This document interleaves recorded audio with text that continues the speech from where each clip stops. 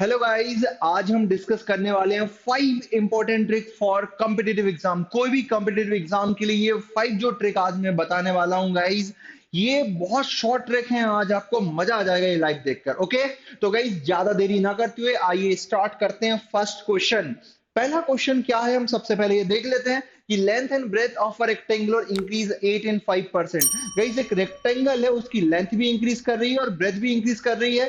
Question हमसे पूछ रहा है कि respective by how much percent will the area of the rectangle increase. तरीके बहुत ही इस क्वेश्चन को करने के, बट अगर मैं शॉर्ट ट्रिक की बात करूं, डायरेक्ट मेथड की बात करूं, तो वो मेथड क्या होगी? ऑब्वियसली अगर रेक्टेंगल की लेंथ बढ़ रही है, ब्रेथ बढ़ रही है, तो ऑब्वियसली एरिया भी क्या करेगा? इंक्रीज करेगा। तो डायरेक्ट अगर आपको एरिया इंक्रीज करना है तो सीधा इस फॉर्मूले से निकाल सकते हो आप, x plus y plus x y by 100, इतना परसेंट उसका एरिया ओवरऑल इंक्रीज हो जाएगा। तो देख लेते हैं हम, लेंथ 8% है, मान लो लेंथ x है, ब्रेथ y है, तो 8 plus 5 plus 8 into 5 divided by 100, 8 5 13 और 8 इंटू 5 कितना होगा? 40 डिवाइड करेंगे तो गाइस 13.4% इसके एरिया में इंक्रीज होगा। तो ऑप्शन नंबर ए करेक्ट हो जाएगा गाइस। एग्जाम में आपको ये फॉर्मूला नहीं, ये डायरेक्ट सॉल्व करना था, तो विद इन 5 सेकेंड आप आसानी से इस क्वेश्चन को सॉल्व कर सकते थे। ओके गाइस, तो next question, next trick. Right, question क्या बोल रहा है? बहुत आसान क्वेश्चन है कि 2500 when invested for 8 years, 8 years के लिए उसने 2500 रुपीज को इन्वेस्ट किया है। ओके, ठीक है, at a given rate of simple interest. Simple interest की बात कर रहा है, हमें गिवन रेट नहीं बताया क्या है, वही तो हमें फाइंड करना है। अमाउंटेड टू 3725, मतलब कहना क्या चाहता है वो क्वेश्चन कि भाई साहब उसने 2500 रुपीज को इन्वेस्ट कर दिया सिंपल इंटरेस्ट पर। कितने साल के लिए सर? 8 इयर्स के लिए उसने कर दिया, राइट, इन्वेस्टमेंट कर दिया। और 8 इयर्स के बाद वो 3725 रुपीज हो जाते हैं। मतलब ये प्रिंसिपल है और ये अमाउंट है, इतना बढ़ जाता है, इंक्रीज हो जाता है। कितने साल में सर? 8 इयर्स में। गाइस कितना इंक्रीज होता है आप यहां पर देखोगे तो 1225, राइट, 1225 हो जाता है, 2537। ओके, तो सर 1225 रुपीज 8 इयर्स में इंक्रीज हो जाते हैं। तो मैं सबसे पहले देखूं कि 1 ईयर में कितना इंक्रीज होता है। 1225 डिवाइडेड बाय 8, राइट, तो इतना इंक्रीज हो गया एक साल में। क्यों मैंने इसे 8 से डिवाइड क्यों किया? क्योंकि गाइस ये है सिंपल इंटरेस्ट, राइट, और सिंपल इंटरेस्ट में हर बार वो प्रिंसिपल पर ही इंक्रीज होता है, ना कि अमाउंट पर इंक्रीज होता है। बात समझ में आ रही? तो हर बार वो प्रिंसिपल पर इंक्रीज होगा। तो एक साल में इतना इंक्रीज हुआ, कितने पर? 25 पर। तो बस हम परसेंटेज निकाल लेंगे, that is called rate of interest.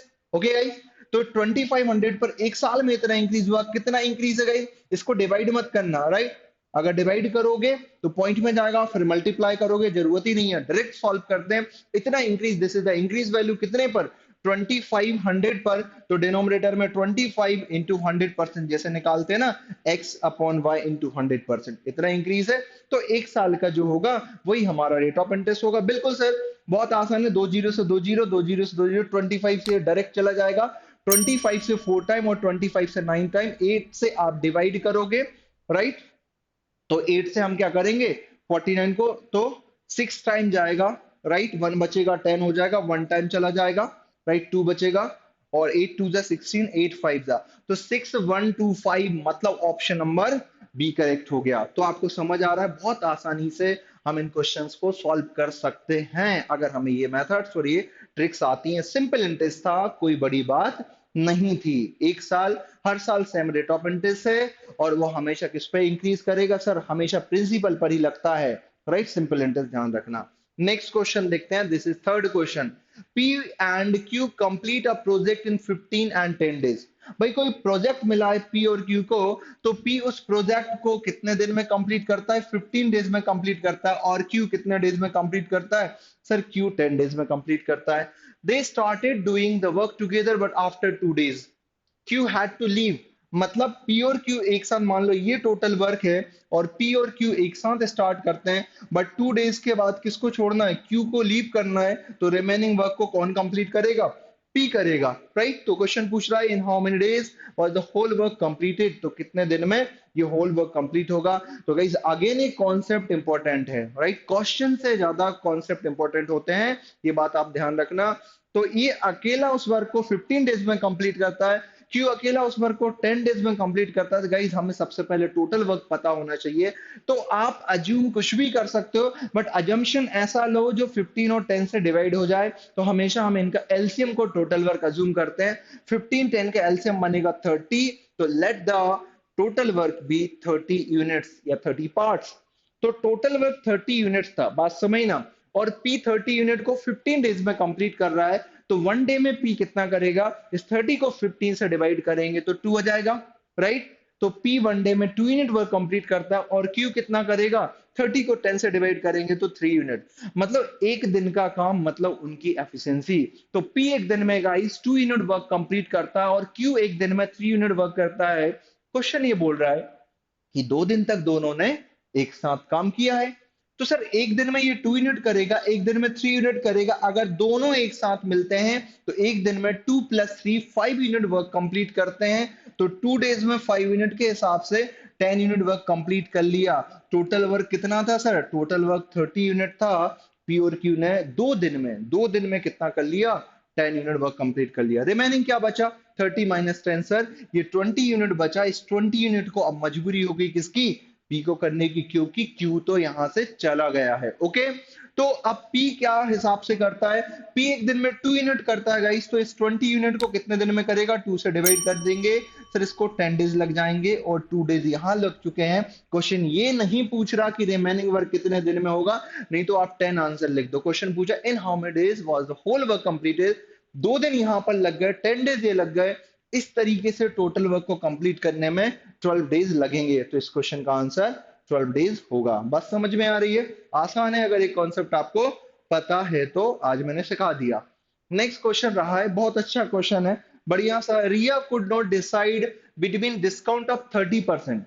रिया ये डिसाइड नहीं कर पा रही डिस्काउंट बिटवीन, एक 30% का डिस्काउंट है, बात समझना, राइट, और two successive discount of 25% and 5%। Guys एक तो 30% का डिस्काउंट दिया, राइट, और एक डिस्काउंट कितने का दिया सर? 25% का और 5 पर। ये टू सक्सेसिव डिस्काउंट है गाइस। सक्सेसिव का मतलब होता है आज कोई वैल्यू है, उस पर कुछ डिस्काउंट दिया, तो जो रिमेनिंग वैल्यू बची अब नेक्स्ट डिस्काउंट उस पर दिया जाएगा, ना कि इनिशियल वाली वैल्यू पर दिया जाएगा। बात समझ रहे हैं? That is called successive discount. Okay, तो सर यहां पर 25 और 5% का डिस्काउंट यहां पर दिया गया है। तो गाइस ये दिया गया, और बोला both are giving on shopping, कितने पे दिया गया है? 3840 पर डिस्काउंट दिए गए हैं। तो what is the difference between both the discount guys? इन दोनों डिस्काउंट्स के बीच में कितना वो है, क्या बोला? What is the difference between both the discount? तो दो डिस्काउंट के बीच में डिफरेंस क्या है? बहुत आसान है।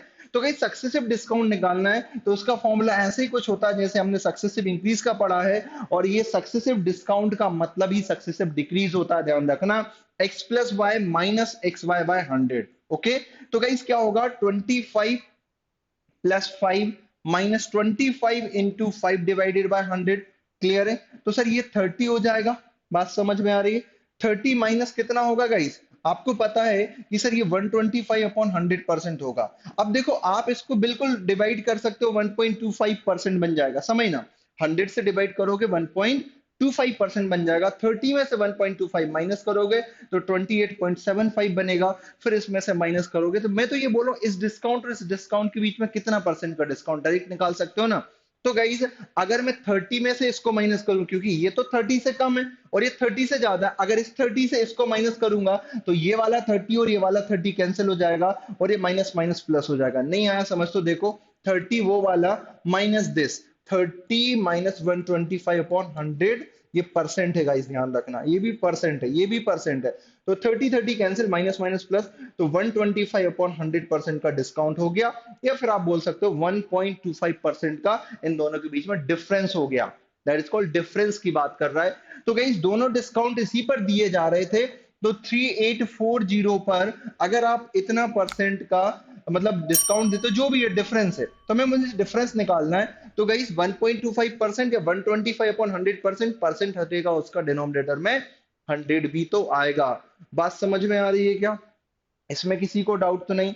नहीं तो मैं 1.25 से भी कर सकता था। ओके गाइस, तो सर यहाँ पर जीरो से जीरो कैंसिल हो जाएगा। मैं कलर बदल लेता हूं जिससे आपको थोड़ी सी और अच्छे से दिखेगा। ओके गाइस, तो 25 से 5 टाइम, 25 से 4 टाइम चला जाएगा, 4 से इसे कैंसिल करेंगे, 4 9 जा कितना बन जाएगा गाइस, 36, और 4 6 जा बनेगा, राइट। 5 बन जा 5 से 2 टाइम और 2 से 48 टाइम, तो दोनों का जो डिफरेंस बना है हमने परसेंटेज में निकाल लिया और ओवरऑल वैल्यू को 48 रुपीस हो गया। बात समझ, मैंने क्या किया, सबसे पहले उनके परसेंटेज का डिफरेंस निकाल लिया, तो परसेंटेज का डिफरेंस कितना बना, 125 अपॉन 100%, सीधी बात है, राइट। या फिर यही बोल देते ये भी डिफरेंस बन रहा था उसके अकॉर्डिंग, बट हमें पूरा कैलकुलेट करना था। ठीक है गाइस, उसके बाद क्या बोला, इसी पर दिया गया डिस्काउंट, तो दोनों डिस्काउंट इस पे दिए गए हैं, तो मैंने सीधा डिफरेंस ही निकाल लिया परसेंटेज का और इसकी वैल्यू निकाल दी इतने परसेंट की, तो इतना परसेंट डिफरेंस है, तो उस वैल्यू का इतना परसेंट निकाल दिया। तो गाइज नेक्स्ट क्वेश्चन हमारे पास ये बना है, फिफ्थ क्वेश्चन, ये भी अच्छा क्वेश्चन है, काफी इंपॉर्टेंट है, आईपीएम इंदौर में आया हुआ था इस टाइप का सेम क्वेश्चन, और ये फॉर्मूला मैंने कई बार बताया हुआ था और बच्चों से बार बार बोला था भाई इस टाइप के क्वेश्चन करके जाना, सिर्फ वैल्यूज चेंज थी। Find the difference between CI and SI on 15,000 at 3% per annum for 3 years, okay. तो गाइस 3 साल के कंपाउंड और सिंपल डिफरेंस का फॉर्मूला मैं आपको बता देता हूं। 3 साल के कंपाउंड इंटरेस्ट और सिंपल इंटरेस्ट का formula C I minus S I for 3 years, ध्यान रखना कितने साल के लिए, 3 इयर्स के लिए फॉर्मूला होता है पी आर अपॉन 100 का स्क्वायर, ओके। और फिर बनता है 300 प्लस आर अपॉन 100, तो ये डायरेक्ट फॉर्मूला मैंने बताया था। तो गाइस यही तो पूछ रहा है, डिफरेंस बताना है, 3 साल का सिंपल कुछ होगा, 3 इयर्स का कंपाउंड कुछ होगा, और भी बहुत सारी मेथड है, बट डायरेक्ट फॉर्मूले से भी कोई दिक्कत नहीं है। गाइस 3 साल का सिंपल कम होगा, कंपाउंड ज्यादा होगा, ध्यान रखना, क्योंकि कंपाउंड हर बार अमाउंट पर लगता है और जो सिंपल इंटरेस्ट होता है वो हर बार प्रिंसिपल पर लगता है, ओके गाइस।